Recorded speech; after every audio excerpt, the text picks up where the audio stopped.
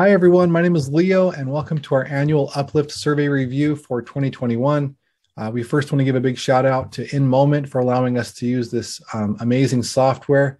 We really appreciate it. We've built a series of 10 dashboards for us to review and to analyze the data. The first video we're doing today is on the sample dashboard. And from sample all the way to feel, these first 8 dashboards are an overview of the survey. We have all the questions and the answers provided with a little bit of analysis. And then we have our 2 final, more analytical dashboards are here, analysis and model. And so be sure to check out all those future videos. We'll be doing a total of 10 videos, 1 for each dashboard. We also want to thank all of our respondents. We had 935 people take the survey, which is awesome.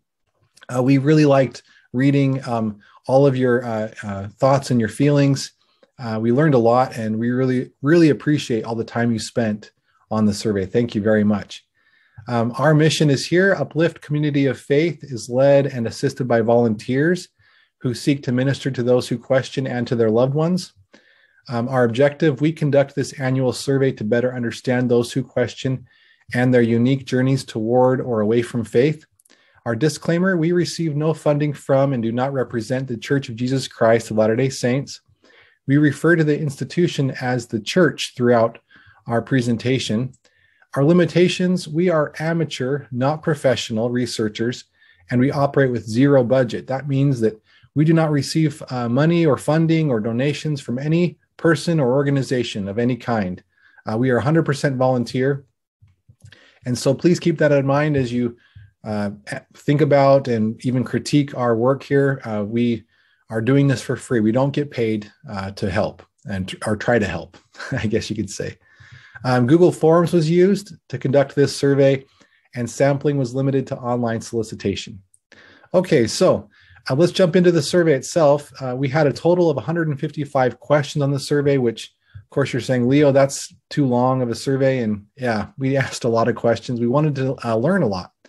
And so, but not every question was presented to every respondent. There was a lot of skip logic in the survey, so people could opt out or would be redirected, bypassing certain sections based on their responses. So just keep that in mind. The first question on the survey was, what is your age? And you can see the distribution here below, the little breakdown of the different categories, the different age groups. You can see age 25 to 34. And ages 35 to 44, these 2 groups are the biggest segments that we had.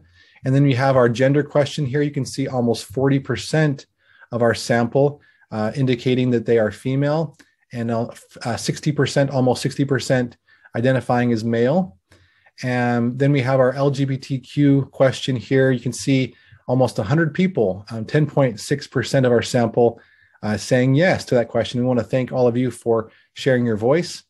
And then we have a bunch of people here you can see that don't want to carry the LGBTQ label, but they experience same-sex attraction, and then also no label, but gender dysphoria. And then we have a bunch of allies, 330 people saying that they're not LGBTQ, but they consider themselves an ally. And then almost 50% of our sample simply saying no to that question. We also asked, when were you baptized into the church? You can see 83.5% of our total sample at age 8 being baptized, which would make sense. You'd have a smaller group here of age 9 to 17 of children or teenagers being baptized into the church, and then some adult converts here. We also have a question about labeling, choosing a label related to the church. Which one best describes you? And you can see our biggest category, 330 total respondents selecting Latter-day Saint as their label. And you can see the rank order from post-Mormon, ex-Mormon, all the way down to never Mormon below. And then we had a bunch of people in other. These folks seem to want to choose multiple labels when we were only allowing them to select one, or they didn't want to be labeled. So thanks for your feedback on that question, everybody. Appreciate that. Then we ask, are you a current member of the church? So on the records of the church, and this is an important and interesting statistic to keep in mind throughout the presentation, almost 90% of our total sample saying yes to that question. Really interesting. Helps to provide context for the rest of the presentation. Okay, so then we wanted to just look at this just to provide context to this chart here, you can see that the biggest category being Latter-day Saints. But if we stack that up against the other labels, those outweigh the Latter-day Saint segment almost 2 to 1. So just to provide proper context, because just looking at this chart, you'd think that Latter-day Saints are outweighing the rest, and that just may not be true. It's just depends on, I guess, your perspective. But just to add a little color here to the analysis. Okay, so then we wanted to look at women and men and how they label themselves related to the church. So just to break down, you can see distribution of all the different labels within the women category. So the biggest category makes sense that Latter-day Saint women are the biggest, but then you can see if there's any differences between women and men. There's not much to talk about. There are a few more, relatively more progressive women versus progressive men, 14% to 8%. You have a few more non-believing men versus non-believing women, and then a few less post-Mormon women versus post-Mormon men. So just interesting, not a big deal.